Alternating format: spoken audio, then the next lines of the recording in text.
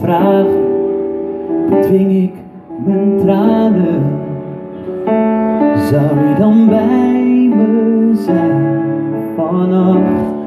Liever wil ik het nu laten, maar ik hoor je telkens praten. Zo blijf ik terug bij af. Ik voel de zon wel, maar niet meer de warmte.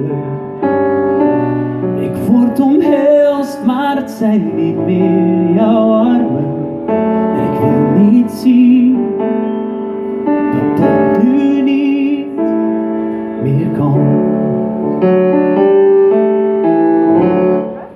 En pas als het over is, wanneer het voelt alsof je niet meer mist, dan doe ik mijn ogen dicht, zonder dat ik voor je leef en verder leef.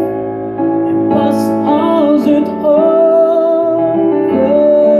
is, draag ik je diep in mijn gedachten met me mee.